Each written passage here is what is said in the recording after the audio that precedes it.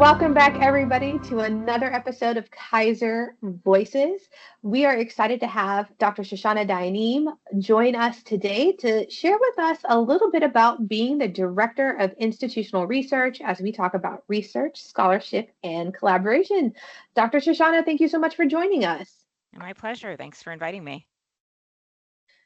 So I think there is a lot of misconceptions regarding IRB, and truly, I feel like I've only started to understand it in like the last 2 years, having the opportunity to work very closely with you. So this conversation, I think, is very important. Yeah. But can you explain to our audience why research is such an important part of the graduate and doctoral experience? Sure. Research is central to the graduate and especially the doctoral experience because it teaches students how to move beyond simply learning existing information and begin contributing to their fields. Through research, students learn how to ask meaningful questions, evaluate evidence, think critically, solve problems, and communicate findings clearly. For doctoral students in particular, research is also an opportunity to develop a professional identity. As a scholar, as a subject matter, in whatever area they choose to focus their research on, that's what they're going to be doing in their professional world, and that will become their professional identity. So the dissertation is important, but the broader goal is to help students develop skills that can continue using throughout their careers, whether they work in education, healthcare, business, psychology, criminal justice, or any other field. Research also strengthens the connection between theory and practice. It gives students the opportunity to examine real-world problems and produce knowledge that may improve professional practice, inform policy, or benefit the communities they serve. So even if students don't plan to conduct research after graduation, research literacy remains essential. Throughout their careers, they'll need to locate and evaluate information to guide professional decisions, stay informed about emerging trends and developments in their fields, and learning about research and having some research experience is going to help them be able to distinguish between strong research from poorly designed or misleading research, and to interpret findings independently rather than relying solely on the researcher's conclusions. It's an important part of being a professional and having a professional skill. I know a lot of times when we talk about research, we kind of really focus only on the doctoral journey, right? Like we talk all the time, and that goes back to it's a requirement. They have to do a dissertation or an applied doctoral project, but research is also important to other degree levels, Yeah. including the master's and your associates or bachelor's. Am I wrong? Absolutely. It's absolutely true. Can you tell us a little bit more about the RSC and how it was founded? Because it's really helping to promote the opportunities for research to these other populations that don't typically consider it. Sure. The Research and Scholarship Collaborative, or RSC, came about a year and a half ago. It was March of 25. And it was created to provide a central university-wide home for research, scholarship, and the scholarly professional development at Keiser University. The idea was to bring together resources and opportunities that might otherwise feel separate and make them easier for faculty and students to access. So the RSC supports individuals at every stage of the research process and every stage of from developing an initial idea and understanding research methodology to navigating the IRB process, to identifying funding opportunities, analyzing data, presenting findings, and preparing work for publication. Just as importantly, the RSC was designed to build community. Research can sometimes feel isolating and confusing, and particularly for students or faculty who are just at the beginning, they need some guidance. They have a long road ahead of them and they need help in that journey. And the RSC creates opportunities for people across campuses, across disciplines and academic programs to connect, share expertise, collaborate, and learn from one another. How do you make that possible? Like, how is it possible for students or even the faculty to engage in the collaborative research? And I mean, do you do anything else like besides that? Like, do you just provide the information, or is it more to it than that? Like, how do we engage with the RSC, I guess is really what I'm trying to ask. Sure. We have a variety of ways for faculty and students to become involved in research and scholarly collaboration. And we do this through the RSC, targeting faculty and students, yes, but also others who want to see what Keiser's about, who want to learn some more. We open these up to the public, where they can attend research seminars or tutorials. Some are faculty-led. We have research groups, we have research labs, and we have other collaborative scholarly initiatives. So faculty may lead ongoing seminars that meet more than once to explore emerging research within a particular area, or we might have open classrooms or lectures that are provided for people to attend. We also offer, in particular, the Scholars Exchange, which gives faculty and students and graduates an opportunity to present their research and scholarship to the professional world. And then we also have lunch and learn sessions, which are similar, to talk about research, to share research ideas. We offer this both in English and in Spanish, so that it is accessible to all of our Keiser world.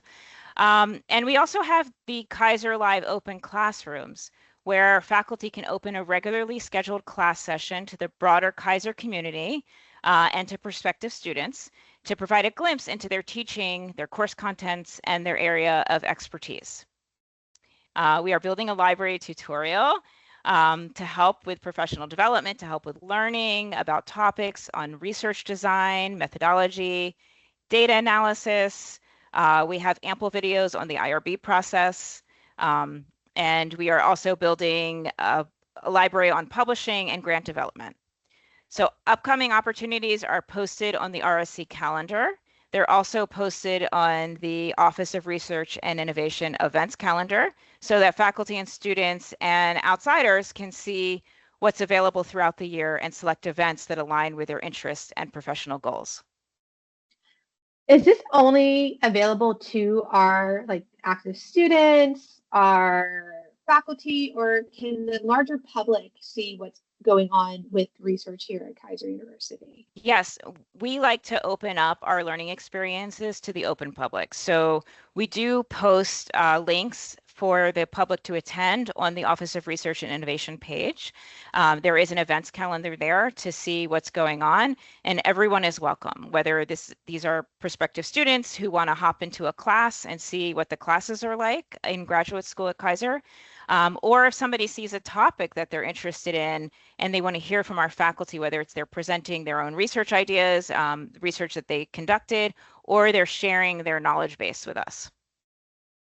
One of the more exciting innovations that have come out of the RSC, not that the seminars and the workshops haven't been exciting, but one of, I think for me, at least from my perspective and how I interact with students and alumni, that's really been cool is to see the 2026 Doctoral Research Awards. It was our inaugural rollout of it.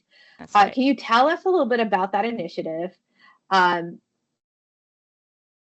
Everything, where did it come from? How did you decide on the finalists, and how could future students participate, really? There's so many questions around it. I could list them all out for you, but I think you get what I'm trying to ask. Sure. This was very exciting. The inaugural Doctoral Research Award Showcase, we created it to recognize the exceptional research being conducted by Keiser University doctoral students and to provide a platform for sharing that work with the broader university community. So the way that this worked was we opened it up to graduates from both the 2024 and 2025 period, and they were eligible for nomination. They were able to nominate themselves if a dissertation chair supported that nomination, and faculty also contributed nominations on their, best students. We received 43 nominations from a cohort of 439 doctoral graduates. And out of that, we we ended up moving forward with 35 nominees who advanced to recording presentations, and those presentations were then viewed by a panel of 10 judges using established criteria. Out of that panel, we ended up selecting the top 3%, which were 12 semifinalists, and they moved on to the next round, which was an open voting period for faculty and staff, as well as students and the public. After that voting period, it came down to the top 1%, which was our 4 finalists. And they were invited to present live during residency in July this past month. And the finalists were from business, criminal justice, nursing, and psychology. So it was a really wide range, demonstrating, what we do and the quality of doctoral research at Keiser University. And after their presentation, there was a live voting period for 10 minutes, which was open to the people who were attending as well as people viewing online. And those people chose the winners of this Doctoral Research Award.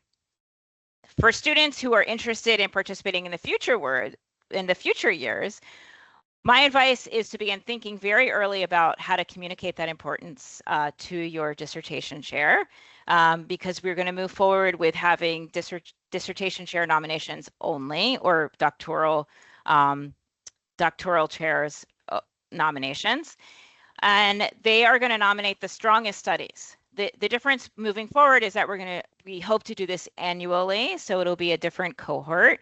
A smaller cohort, but we're still going to keep with the 4% and 1% for the semifinals and the finals. So work hard, be creative in your research, practice communicating what your research is about, and definitely speak with your dissertation chairs about nominating you. I should add, we are working on getting the 4 finalists onto the podcast. You guys can hear directly from them about their experience and their research. So stay tuned for that for sure. When we take a look at the RSC and the ORI and all the different stuff that's coming out of it, for students or faculty who are interested in starting a doctoral journey or, conducting research, but don't know where to begin, how to get started, is this too big? Is this too small? The normal, I think you put it as aloneness that can come from this. How or what advice would you give them? Sure. So my first advice would be, don't feel that you need to have the entire study figured out, before you even begin. Good research involves being knowledgeable, yes, but it's so important to be creative and curious so that it develops over time. As you dig in to reading about the area, you need to really be driven by your curiosity and be creative in solving the problem that you've observed. So as you read more and you learn more in the area that you're interested in, you'll come up with a question that continues to interest you. And that's where you will delve in and use your creative juices to come up with questions and formulate those questions to see what's needed to be answered. As I mentioned, you begin by reading the current research and paying attention to the questions that remain unanswered. You talk with your faculty members, your mentors, and others who have experience in that area of interest, in that research area. Attend the RSC presentations, learn about how research works. The more familiar you are with the research process, the easier it will be for you to understand what's needed to conduct your research study. And I would also encourage students and faculty to think carefully about feasibility. A meaningful research question must also be one that can be studied with the available time. You also have to have access to your participants or your data and your resources. Finally, take advantage of the support available. Research is not meant to be completed in isolation. The RSC, faculty members, dissertation chairs, research methodology faculty, librarians, and also the IRB are all available to help you at different stages. The most important step is often simply beginning the conversation and asking, I have an idea. What should I do next? The RSC and the expansion of research in the next year. So Dr. Shoshana, I can't thank you enough for taking the time and joining us today on the podcast and sharing these valuable insights and helping us, allowing us, let me say this better, allowing us to help you promote research here at Keiser University in our larger community. Thank you so much again for joining us. Thank you. It's been a pleasure. And if you guys have enjoyed this conversation, be sure to like, share, subscribe, and follow, and we'll catch you on the next one.